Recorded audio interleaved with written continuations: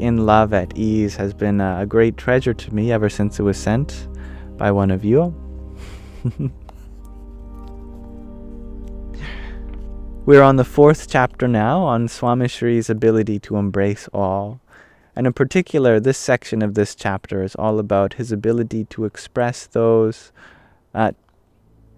to embrace those whom were of a different race or religion than he was, which I think is so important of a virtue for spiritual leaders to exemplify. And thank you, Tom Terrific, for your hot air balloon you sent just as we started reading. Om Gam Ganapataye Namaha. It's very kind of you.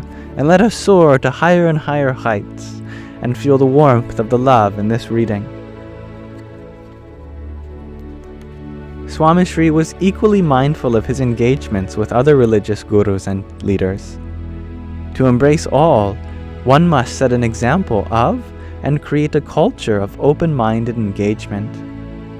As he said to the press corps before he was about to meet Pope John Paul II at the Vatican, apart from creating understanding and friendship when religious leaders meet, it reduces the enmity between the followers of the two faiths and creates an environment of harmony and goodwill.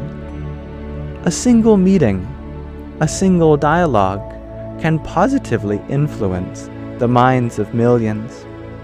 That is why he never thought twice about bowing in front of other religious leaders and even serving them in public. He knew that he was being observed and emulated.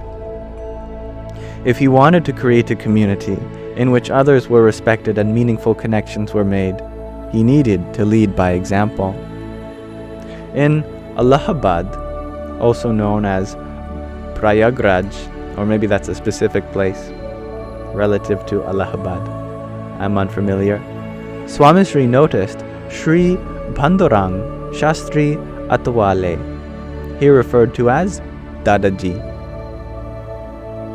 an eminent Hindu guru and founder of the Swadhyaya movement, walking off the stage without his walking stick. The cane had rolled off the sofa and had fallen to the floor. Swami Shri immediately bent down on the floor, picked up the cane, and followed Dadaji to the stairs on the side of the stage. When the religious stalwart realized that he had forgotten his walking stick, he turned and saw Pramukh Swami Maharaj following him with the cane in hand. Pramukh Swami? You? But why? Swami Shri responded with a silent bow, but the answer was heard by all those in attendance and those who read this now. Swami Shri was setting an example of reverence and respect between religious communities, their leaders, and followers. In 1999, Swami Shri traveled to the Holy Land in the Middle East. After visiting Jesus Christ's birthplace at the Church of the Nativity in Bethlehem, Swami Shri met the Ashkenazi chief rabbi, Israel Meir Lau, and Sephardi chief rabbi, Eliyahu Bakshi Doron, to discuss religious harmony and the commonalities between Judaism and Hinduism. Swami Shri lived the lessons he taught. After meeting the rabbis, he traveled to the Western Wall, also known as the Wailing Wall, a site of significant import and value in the Jewish and Islamic traditions. The name of the wall comes from the Arabic El Mabka, or place of weeping. The ancient Jews would come and weep at the wall to mourn the destruction of the temple on the mound and the subsequent loss of national freedom. Swami Shri did not come to the wall as a tourist or visitor. He came as a believer, a bhakta. He watched the many believers around him pray, kneel, and place small pieces of paper into the recesses of the wall. Swami Shri asked the sadhus to also pray with him in unison. Brahma Viharidas Swami recalls that he, as a Hindu monk, felt uneasy to pray, but Swamishri was as comfortable as being inside a mandir. Swamishri gently took a yellow flower from next to Hari Krishna Maharaj, which is the personal form of the divine that he carries with him everywhere, and placed it into a recess.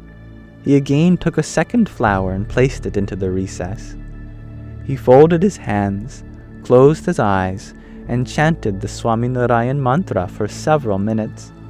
He prayed for world peace, religious harmony, and for the fulfillment of the wishes of all those who prayed and would pray at the wall.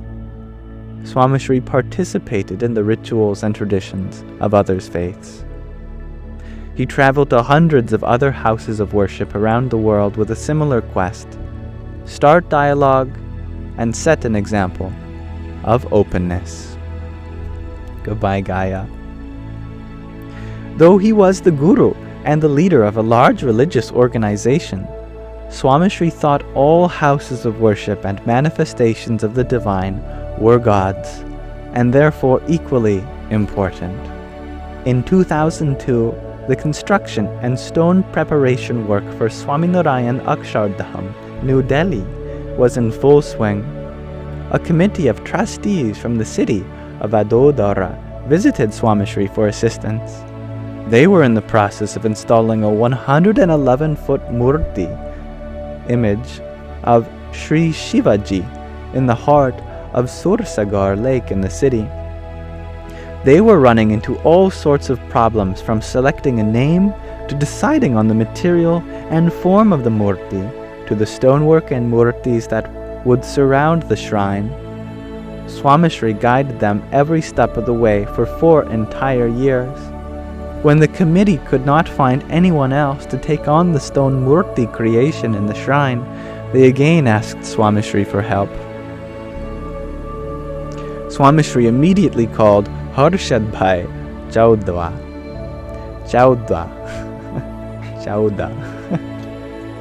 a volunteer who looked after the stone formation and carving for all of the organization's temple projects.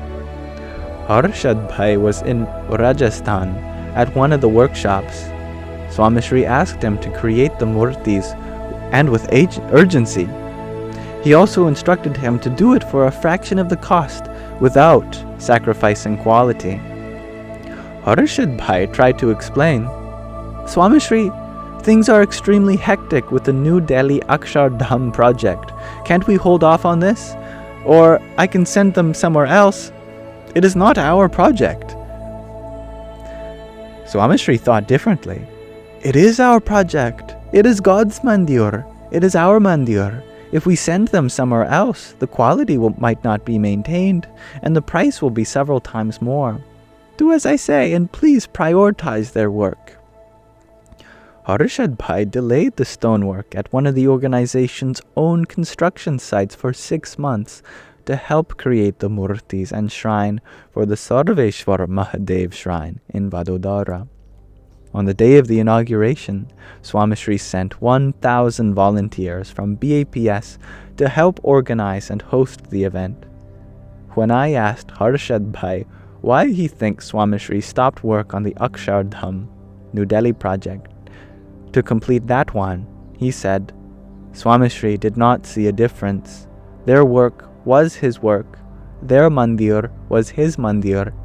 The utmost and respect and admiration he showed for the murtis of Shivaji was also mesmerizing. I wonder how one can be so committed to one manifestation of the divine and one organization, while still being so accepting, giving, and loving towards all others." Even after the opening of Swaminarayan Akshardham, New Delhi, dozens of religious leaders visited Swamishri to ask for his help or guidance with the construction of their projects. Swamishri extended assistance to build Hindu and Jain mandirs through the organization's own engineering and stone architecture teams, but also by donating funds and encouraging his disciples to help assist other mandirs and religious communities. The renowned Ambaji temple on the border of Gujarat and Rajasthan is one of the most visited Hindu pilgrimage sites in Gujarat. The mandir is dedicated to the goddess Amba and is one of the 51 Shakti Peeths, pilgrimage sites for goddess worship. In India, it was the beginning of March, and the combination of the scorching sun and the dry sandy winds in the arid region was all too familiar with those in attendance. Pramukh Swami Maharaj had travelled to Ambaji to offer his bhakti and seva, loving devotion and selfless service, at the feet of the goddess. The reason for his visit was quite fascinating. One of his bhaktas, his devotees, had offered to donate a golden pinnacle to the ancient mandir spires, with one stipulation: his guru, Pramukh Swami Maharaj, must attend the installation ritual of the golden spire. The trustees of the mandir reached out to Swamiji, who readily agreed. It would be my seva and bhakti to attend. If my being there is going to benefit the mandir, I will immediately alter my plans to attend the ceremony.